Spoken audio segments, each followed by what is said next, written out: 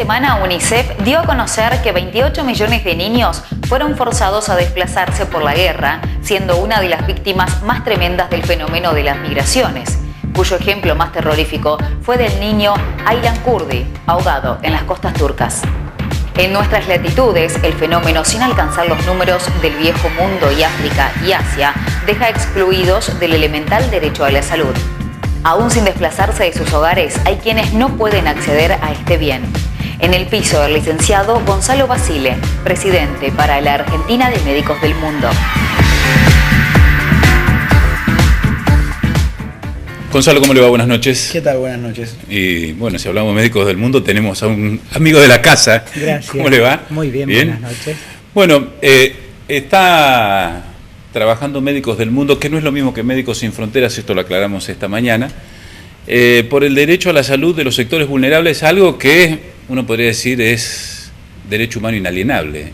¿Y se puede garantizar? Bueno, es, digamos, justamente un derecho, digamos, primero es una construcción social también, entonces nuestras sociedades y los instrumentos que tenemos a nuestro alcance, ¿no? El Estado, se supone que el Estado, en términos de el concepto del Estado como el espacio del bien común, digamos, y el espacio. Ahora, si el Estado estuviera, no estarían ustedes. Seguramente, digamos, también es verdad que nuestras sociedades, digamos, también son generadoras de sufrimiento, son generadoras de desigualdad, son generadoras de muchas veces hasta de exclusión, y que en ese caso nosotros también tenemos un rol en ese sentido para visibilizar a veces lo que no es tan visible para nosotros. Esta mañana me impactó una frase que dijo usted cuando dijo se vive y se muere como se produce, una cosa así más o menos, ¿no? Que la recurrencia, y bueno, Arturo Serrano, allí en su Santo Domingo donde trabaja, seguramente lo puede graficar mejor, ¿no? Tal cual. Como uno vive es como muere, ¿no? Si uno hace acciones medianamente saludables, va a tener una buena vida y una buena calidad de vida, y siempre y cuando tenga todas las condiciones básicas como un buen trabajo, una buena vivienda, un buen hogar. Y hablábamos de esto de que los modelos productivos son los que están quizás haciendo recurrente patologías o enfermedades que se creían con más bajo perfil, no desaparecidas, pero sí más bajo perfil. Y hablaba del dengue, del Zika, del chikungunya. Claro. Sí, un poco pensando esto de, digamos, como decía Arturo recién, digamos, ¿no? Básicamente tenemos que entender que la salud tiene que ver, digamos, es un proceso social, el cual se expresa de alguna manera, para decirlo, como uno vive, se enferma y se muere, digamos, ¿no? O sea, cómo las condiciones de vida, cómo vivimos, distribuimos bienes comunes, distribuimos, digamos, recursos, poder, cultura. Esa distribución desigual y diferencial en nuestras sociedades genera patrones de enfermedad y de muerte también desiguales, y en algunos casos, o en muchos, injustos y evitables, ¿no? Entonces, creo que ahí, digamos, uno de los temas centrales que seguimos teniendo en América Latina y el Caribe, y también para parte de Argentina, es un poco lo que llamamos los modelos de desarrollo, ¿no? O sea, qué tipo de economías y modelos productivos tenemos en nuestras sociedades, qué tipo de lógicas tienen esos modelos productivos, y qué afectación tienen, en primer lugar, a la naturaleza, pero en segundo lugar a la vida, ¿no? O sea, entonces ahí creo que el tema, bueno, agrotóxicos es un gran tema, digamos, o sea, pero todo lo que tiene que ver, digamos, o sea, con lo que podríamos decir distintos patrones malsanos de producción, digamos, o sea, hay muchos tipos de industrias y formas de producción malsana, sucia y demás. Agrotóxicos, obviamente, incluso en las últimas epidemias se ha planteado en Argentina, como en Paraguay y en Brasil, el tema de los desmontes, el tema del uso intensivo de agrotóxicos, y una relación no única, hay varias que explican dengue, digamos, y su incidencia y prevalencia, pero una de las dimensiones es que obviamente este modelo de agronegocios y agrotóxicos intensivos genera básicamente migración del campo a la ciudad, alimentando urbanizaciones aún más precarias de la gente que se va, pero en segundo lugar también genera ¿qué cosa? Afectación a la biodiversidad. Digamos, estamos eliminando la cadena trófica, digamos, ¿no? Quienes se alimentaban del mosquito en la cadena trófica, digamos, desaparecen porque se utilizan intensivamente agrotóxicos y agroquímicos, y eso en gran medida podría explicar una de las razones por las cuales cuales los vectores, en este caso los mosquitos, tendrían mayor infestación, digamos, en nuestras vidas, digamos, ¿no? También el cambio climático, obviamente, y también el tipo de ciudades que tenemos, hacen también a una explicación multidimensional del problema. Cuando se trabaja con sectores vulnerables, uno advierte, o quizás estoy equivocado en esta apreciación, ¿no?, pero que hay cierta resignación, que hay cierto aceptación a la si se quiere entenderlo así, de las poblaciones a la predestinación, y bueno, me tocó. Uno puede verlo con enfermedades de este tipo, con las enfermedades de tipo profesionales, por sus enfermedades laborales, y tuve que trabajar cuántos años en una imprenta y me tocó, y lo aceptan como una fatalidad o como una cuestión predestinada. ¿Cómo se hace para hacerle entender que hay un derecho a la salud a estos sectores? Bueno, es un gran desafío, ¿no? Porque eso tiene que ver también con una batalla incluso cultural, sí, digamos, o sea, de un debate y de una reflexión fuertemente de cultural de cómo hacer para que la salud deje de ser entendida, digamos, exclusivamente como la enfermedad, el acceso a medicamentos y tecnología y la atención clínica individual, sino la salud como calidad de vida saludable, ¿no? Con un conjunto de dimensiones que tienen que ver, digamos, con varias cuestiones de las condiciones de vida.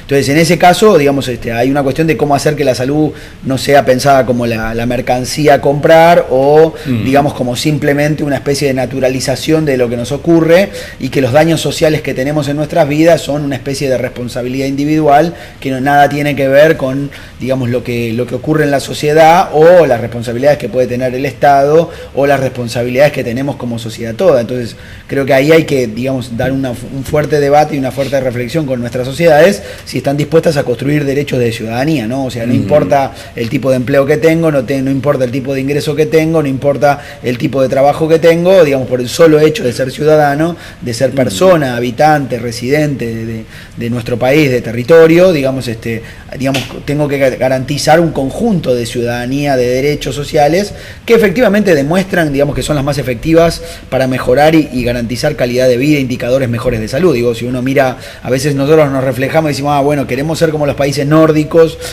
o queremos digamos, los sistemas de protección social europeos, digamos, o sea, o hablamos de Costa Rica, o hablamos del sistema de salud cubano, pero efectivamente, digamos, tenemos que pensar que en todas esas situaciones también hubo reflexiones en sus sociedades desde diferentes lugares, incluso y sistemas políticos y sociales, reflexiones entendiendo, digamos, que la salud y la calidad de vida no es algo que lo tiene que asignar el mercado, que tiene que asignarlo libremente, digamos, por una especie de espontaneidad de mano invisible, sino que tiene que ser el Estado y la sociedad, en su relación Estado-sociedad, quienes tienen que hacerse cargo y pensar las estrategias para generar una ciudadanía social inclusiva. Sí. Además, para aportar, ¿no? Es una construcción eso, porque hay una palabra clave que es resiliencia. Hay montones de trabajos en los cuales de poblaciones de gente humilde, pobre, sin recursos y demás, hay unos pocos que pueden surgir y llegar a ser personas del estrato medio social. Esas personas van a ser todas aquellas que han sido bien estimuladas, bien queridas, con afecto, con buenos docentes que los promueven a tratar de salir de ese bajo fondo. Por eso la resiliencia en esto es determinante, ¿no? En la apertura del bloque hablábamos o poníamos de manifiesto el drama que suponen las migraciones, aquellos que se ven forzados a abandonar sus hogares, sus viviendas, sus países, y creo que el ejemplo más concreto fue el que ocurrió hace un año cuando un niño conmueve al mundo. Más allá de que eran miles y miles los que perecían en su escape desde Oriente Medio o del África hacia Europa, un niño apareciendo ahogado en una costa de Turquía es la que conmueve al mundo, uno dice por un tiempito, porque después siguió pasando y fue muy poco lo que pasó. Digo, miramos allá y en América Latina ese fenómeno se soslaya, está invisibilizado, tiene menor magnitud al de aquel. No, el tema migratorio, el tema de migraciones, ¿no? Sigue siendo un gran tema para todas las regiones.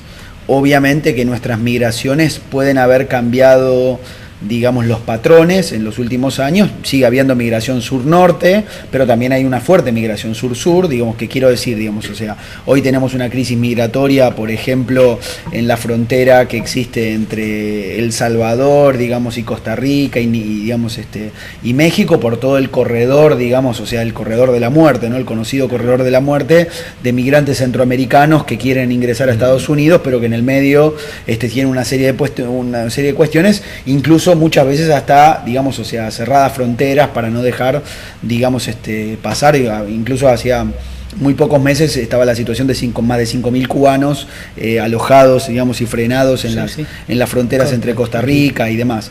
También tenemos, o sea, las migraciones en el Caribe, entre, por ejemplo, Haití y República Dominicana, donde casi hay 2 millones de haitianos en República Dominicana. Tenemos las migraciones sur-sur en Sudamérica, digamos, y creo que también, digamos, y obviamente la crisis migratoria que tiene hoy Europa, digamos, con respecto a África y a Oriente Medio, digamos, sin duda explican, digamos, en gran medida que nosotros hemos construido ciudades, que hemos liberalizado, digamos, o sea, ¿no? Las mercancías, el comercio y básicamente los bienes financieros se pueden mover libremente por el mundo, pero lamentablemente las personas no. Y sobre todo, y en segundo lugar, que tenemos todavía, digamos, tenemos un doble estándar. Tenemos ciudadanos de primera y ciudadanos de segunda para migrar, digamos, o sea, si cualquier, digamos, profesional con cierto estatus universitario, académico, de lo que sea, migra a cualquier otro país, incluso países del norte, digamos, desarrollado entre comillas, digamos, va a tener un acceso y una inclusión diferente, digamos, a que si migran sectores que están vulnerabilizados, que están en crisis humanitarias, que, digamos, o sea, han tenido, digamos, problemas educativos, problemas sociales, etcétera, etcétera. Entonces creo que ahí también en el doble estándar de la migración es un tema de que hay que entender la migración como un derecho de ciudadanía, y en eso, digamos, todavía estamos lejos de, digamos, poder abordarlo. Digamos, Sudamérica ha avanzado, digamos, el UNASUR ha tomado varias medidas en ese sentido, aún no todavía en toda la región, digamos. Creo que por allí algunas veces se trae al debate el tema migratorio, mirando la Europa con esta crisis a estas latitudes. Y hablo de la Argentina, ¿no? Y por allí bolivianos que cruzan la frontera para atenderse en la Argentina por su eventual mejora en salud. Es decir, países o ciudadanos de otros países que en busca de un mejor destino económico, quizás no huyendo de una guerra ni huyendo de los narcotraficantes, buscan en la Argentina un mejor pasar, ¿no? Una mejor posibilidad. Estudiantes que vienen a las universidades con acceso gratuito, y ya no de países pobres, sino uno entiende, de países con buen poder adquisitivo, pero la gratuidad de la educación universitaria hace que vengan y se plantean estas cuestiones, ¿no? Estas cuestiones de si tienen los mismos derechos que nosotros en una Argentina hecha por migrantes, que tiene esencialmente por migrantes. ¿Cómo se puede tratar de entender o explicarles que quizás sus antecesores, sus antepasados pasaron exactamente lo mismo o más? No, lo primero que diría es que, por ejemplo, la crisis europea, digamos, hoy migratoria, es una crisis que quizás muestra la peor cara de la vieja Europa social y humanitaria, que redactó la Declaración Universal para los Derechos Humanos, que planteó, digamos, o sea, ciertos, digamos, derechos universales, pero que hoy se encuentra restringiendo ferozmente el acceso a poblaciones que en muchos casos, no nos olvidemos la responsabilidad que Europa tiene sobre el África, digamos, en las viejas proceso colonial, y sobre Medio Oriente con respecto a los conflictos bélicos. Digamos, si yo miro Mali, qué fuerzas armadas hay en Mali hoy, en la crisis humanitaria de Mali, voy a encontrar fuerzas armadas francesas, etcétera. Si miro el Líbano, si miro Siria, si miro Libia, digamos, o sea, todos aquellos que están migrando fuertemente. En el caso nuestro creo que las condiciones son diferentes porque, digamos, Latinoamérica y el Caribe, y ahora con lo que está pasando en Colombia, digamos, por lo menos somos una región de paz, digamos, una región que, digamos, tenemos el tema de las violencias como un problema grave, pero no tenemos crisis político bélicas, digamos, violentas en nuestros países.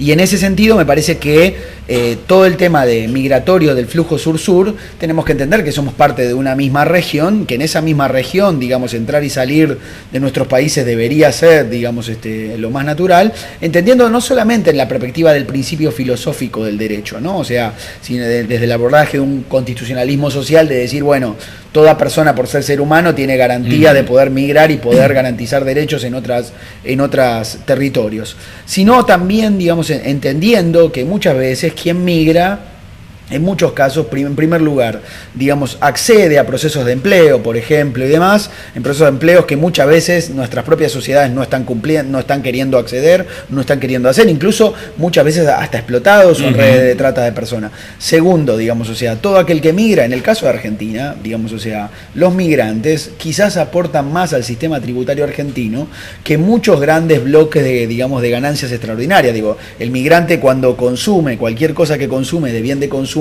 digamos, alimentario, está pagando más del 21% del IVA. Entonces creo que ponernos a discutir la demanda que tenemos sobre el perfil de nuestro sistema de salud, digamos, es una demanda que tiene cierta importancia en la zona fronteriza, que tiene cierta importancia en la ciudad de Buenos Aires, pero que hay que enmarcarla, digamos, en este tipo de cuestiones también. Hay que analizarla en las dos vías. Claro, hay que analizarla en las dos vías. Digo, saliendo incluso de la mirada de los derechos humanos y la garantía del derecho social a la migración, ¿no? O sea, digo, ya entrando, y en la legislación argentina, nosotros tenemos una ley nacional de migraciones, quizás de las más avanzadas de la región latinoamericana y caribeña, digamos, donde se garantizan un conjunto de derechos a los migrantes. Pero digo, saliendo de eso, tenemos que encontrar también los puntos de análisis y los puntos de reflexión muy claros en ese sentido también. Uno podrá preguntarse, bueno, estuvimos hablando de geopolítica, pero atrás de todas estas decisiones geopolíticas y todos estos movimientos migratorios van los médicos. Sí, también, claro, obviamente. Cuando se producen esas crisis, ahí aparecen los médicos, aparecen en casos como el caso de Médicos del Mundo. Exactamente, sí, sin duda que, digamos, a ver, para nosotros, por ejemplo, estar trabajando, digamos, imagínate, no sé, en el tema de la atención al embarazo y la mortalidad materna de las mujeres migrantes haitianas en los sistemas de salud pública dominicano, digo, para entender, o como trabajábamos aquí durante mucho tiempo en la Quiaca Villazón, digamos, o en la zona de Laguna Blanca y Bermejo, en Bolivia, digamos, o en zonas de Paraguay, digamos, del departamento central, donde obviamente, digamos, abordamos distintos problemas, digamos, o sea, incluso los problemas epidemiológicos, porque los problemas epidemiológicos no tienen frontera, digamos, o sea, entonces digo que ahí lo que nosotros llamamos el concepto del escudo epidemiológico, de cómo entender que estrategias comunes de salud internacional sur-sur deben ser llevadas mancomunadamente, porque si no, digamos, terminamos haciendo cosas que quizás, además de ser ineficientes e ineficaces,